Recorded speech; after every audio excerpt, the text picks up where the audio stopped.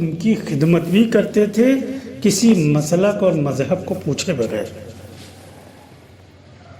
بیت اللہ کو انہوں نے کبھی اپنے مسلک و فرقے کا اڈا نہیں بنایا، اس کو اللہ کا گھر ہی رہنے دیا۔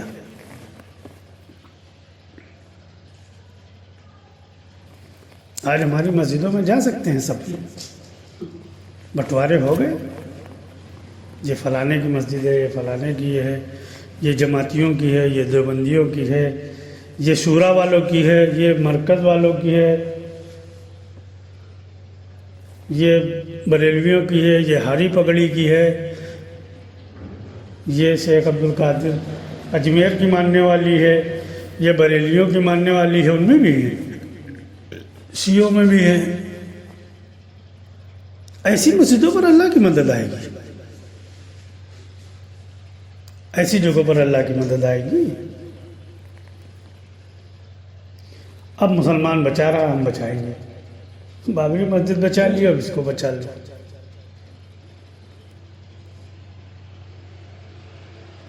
وہ یقین نہیں رہا اللہ پر، اس لیے خود پر یقین ہے تو خود لڑیں۔ اللہ کا گھر بچانے کے لیے اللہ کے دربار میں نہیں جا رہے ہیں، اللہ کا گھر بچانے کے لیے انسانوں کے دربار میں جا رہے ہیں، اس عدالت سے اس عدالت، اس عدالت سے اس عدالت، اس عدالت سے اس عدالت۔ اللہ کا گھر تھا، اللہ کی عدالت میں ڈال دیتے ہیں، اللہ تیرا گھر ہے، تو اس کی حفاظت فرما، اور نہ تجھے محبوب ہو تو پھر ایسا گھر ہم کریں گے کیا؟ جو اللہ کو محبوب ہی اس کا گھر نہ ہو تو ہم ایسی جگہ کو کیا کریں گے؟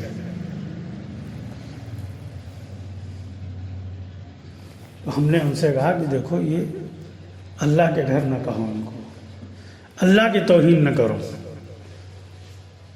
فرقوں کے اڈے ہیں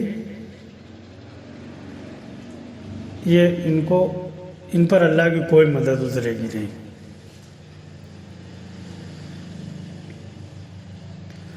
اس لیے دیکھو، آج ہر ایک چیز کو فرقے کی طرف موڑا گیا ہے، چاہے وہ انسان ہوں یا مساجد ہوں یا مکاتب ہوں یا مدارس ہوں، ہر ایک کو فرقوں کی طرف جوڑ دیا گیا۔ اس لیے ہر ایک کی جو محنت کا میدان ہے وہ اس کا فرقہ ہے، اور فرقے کے بتائے ہوئے زندگی ہے۔ اپنے رب سے ہر ایک کا تعلق ٹوٹا ہے، اس لیے آج ہر ایک اللہ کی پہچان سے خالی ہے، ہر ایک اللہ کی پہچان سے خالی ہے۔ اور جب تک ہم کو اپنے رب کی پہچان نہیں ہوگی، دنیا میں آپ کچھ بھی کر لو، سب بے سود ہے، بے نفع ہے، اور اس کا کوئی بھی فائدہ پہنچنے والا نہیں ہے، ذرہ برابر اس کا کوئی فائدہ پہنچنے والا نہیں۔ اللہ اپنی قدرت کے ساتھ ہمیشہ سے ہے، ہمیشہ رہے گا۔ بدلاؤ ہمارے اندر ہے، ہمارے اندر بدلاؤ یہ ہے کہ ہم نے اپنے اندر کی کیفیت کو، اپنی روح کو، وہ اللہ سے نہیں جوڑا ہے، اس کو غیر اللہ سے جوڑا ہے، اس کے اندر غیر اللہ بڑھا ہوا ہے۔ اللہ سے جوڑنے کے لیے سب سے پہلے فرقوں کے زنجیروں کو توڑو، اور اس دنیا میں اپنے آپ کو مردہ سمجھ لو، زندہ نہ سمجھو۔ جو ذمہ داریاں ہیں آپ ان کو نبھاؤ، آپ کی بیوی ہیں، بچے ہیں، آپ ان کی پرورش کرو، مگر زندہ سمجھ کے نہ کرو۔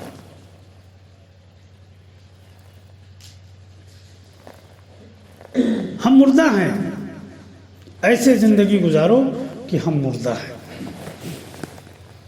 کیا مطلب؟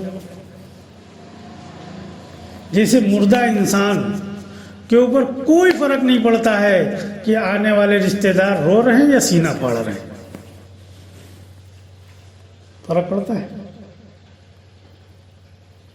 کوئی آ کے سر پھوڑ لے، چاقو لے کے اپنا سینہ چیر لے، مردہ اٹھے گا؟ نہیں بھیا ایسا نہ کرنا، کہے گا مردہ۔ ارے سب مر کے اس کے بغل میں لیٹ جاؤ، پھر بھی اس کے اوپر کوئی فرق نہیں پڑتا ہے۔ دنیا میں کیسے بھی حالات آ جائیں، کچھ بھی ہو جائے، آپ اپنے کو مردہ سمجھ لو کہ ہم سے کوئی مطلب نہیں، تب تو آپ رب کے قریب جا سکتے ہو۔ اگر ذرہ برابر کسی کی بھی آپ نے رعایت کی تو یہ سمجھ لو کہ آپ نے اپنے اور رب کے درمیان میں اس ایک پلر کو کھڑا کر لیا ہے، وہ ایک رکاوٹ ہو گئی، وہ ایک بریکر ہو گیا۔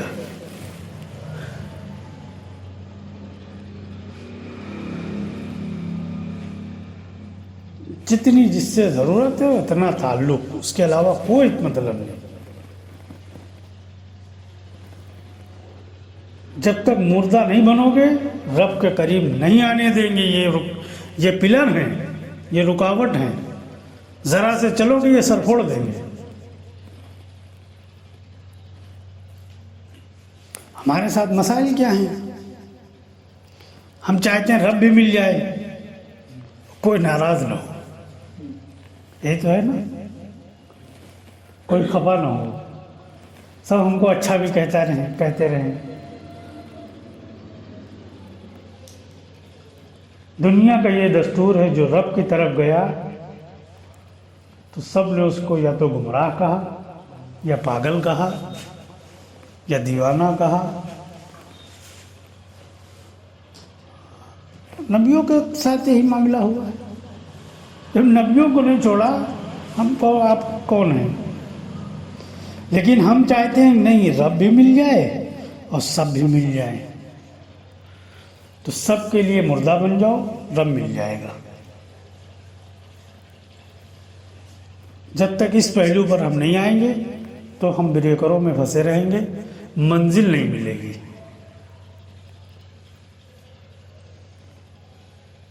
اولیاء کرام کیوں چلے جاتے تھے جنگلوں کو؟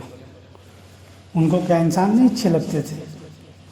انسانوں کے وہاں تو نہ کھانے کو تھا، نہ پینے کو تھا، نہ رہنے کو ہوتا تھا، پہاڑوں میں پڑے ہیں۔ کیوں؟ اسی لیے جاتے تھے کہ ہم یہاں رہیں گے تو یہ ہم کو رکاوٹ پیدا کریں گے۔ ہم یہ نہیں کہتے پہاڑوں میں جاؤ، لیکن مردہ بن جاؤ، کسی کی پرواہ نہ کرو، سب سے بے پرواہ ہو جاؤ، کون کیا کہتا ہے مطلب ہی نہ رکھو۔ جیسے مردہ، کون رو رہا ہے، کون سینہ پھوڑ رہا ہے، کون بے ہوش ہو رہا ہے، کون کھانا نہیں کھا رہا ہے، اس سے کوئی مطلب نہیں۔ مطلب ہے اس سے ایسے ہو جاؤ، کون کیا کہہ رہا ہے ٹھیک ہے۔ جس دن اس کیفیت پہ آ گئے اس دن رب کے قریب ہو جاؤ گے۔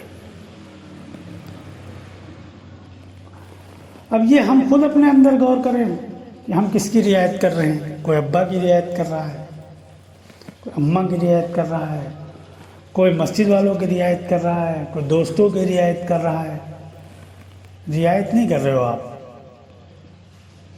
یہ وہ کھمبے آپ گاڑ رہے ہو جو آپ کو مطلب رب کے قریب نہیں جانے دیں گے۔ آپ ذرا سے بڑھو گے سب ٹکرا جائے گا،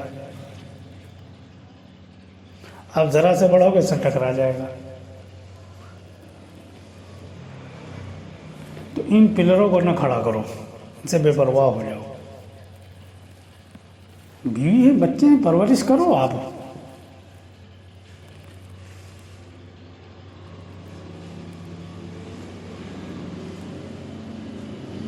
ماں باپ ہیں، ان کے حقوق ادا کرو، لیکن جہاں رب کا اور آپ کا معاملہ آئے وہاں کسی کی پرواہ نہ کرو۔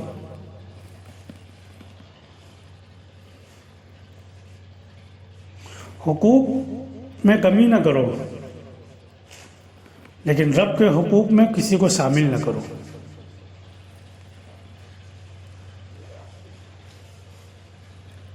رب کے حقوق میں کسی کو شامل بھی نہ کرو۔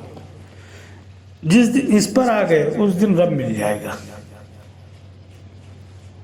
اور جس دن ان کھمبوں سے بے نیاز ہو گئے اس دن کوئی رکاوٹ بچے ہی نہیں، کوئی رکاوٹ نہیں رہے گی۔ جب رکاوٹ نہیں تو جاؤ سیدھے، آؤ سیدھے. تو یہ بڑی رکاوٹیں ہیں دو، ایک فرقوں کی اور ایک سماج کے لوگوں کی. ان کو توڑنا پڑے گا. ان کو توڑے بغیر رب نہیں سمجھ میں آئے گا. آپ رب کی بات کرو گے یا سنو گے؟ سمجھو گے جا کے کس سے؟ فرقے والوں سے. کاک سمجھائیں گے؟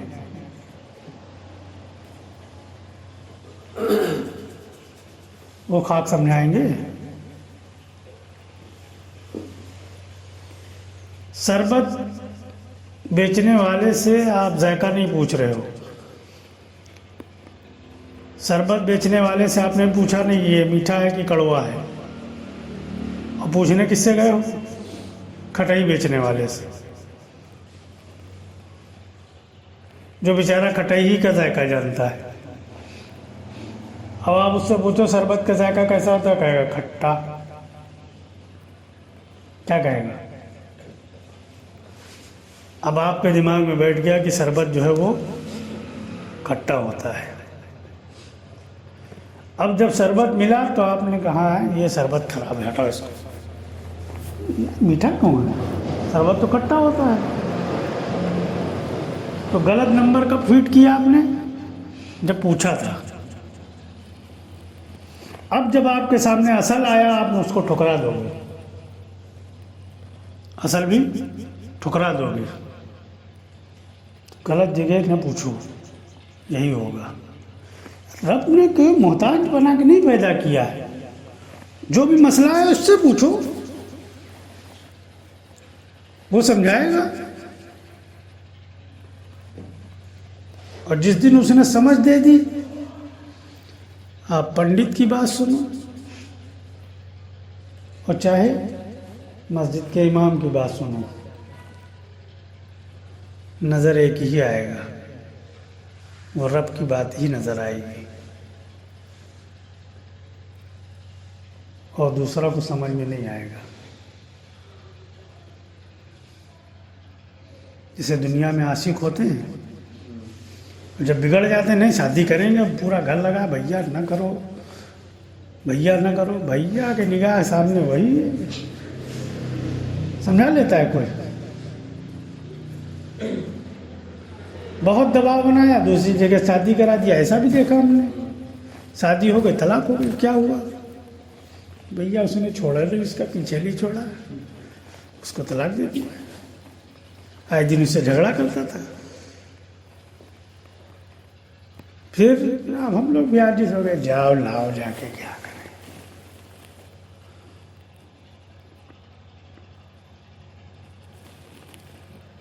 ایسے ہی رب کے عاشق بن جاؤ گے. جب دنیا کا عشق اس درجے پہ جا سکتا ہے اور رب کا عشق آ جائے تو کوئی بھی بات کرے تمہیں رب ہی نظر آئے گا.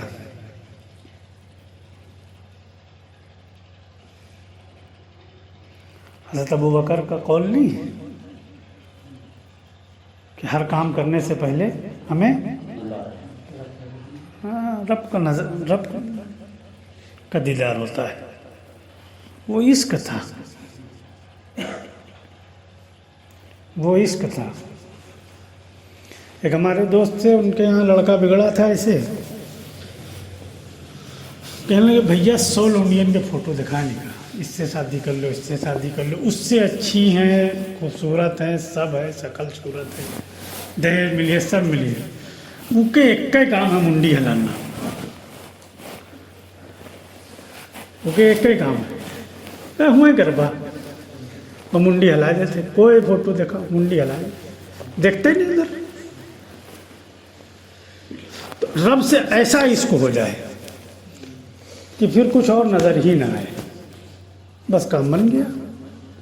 یار اپنے جیسے انسان سے ایسا عشق کر سکتے ہو تو پیدا کرنے والے سے نہیں کر سکتے ہو.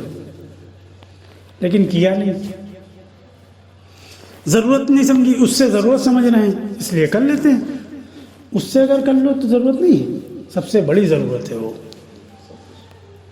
دنیا کی بھی اور آخرت کی بھی. عشق کرو وہاں. اب جب رب کے مقابلے میں کچھ آئے گا تو منڈی ہلے گی. بس کام ہو گیا.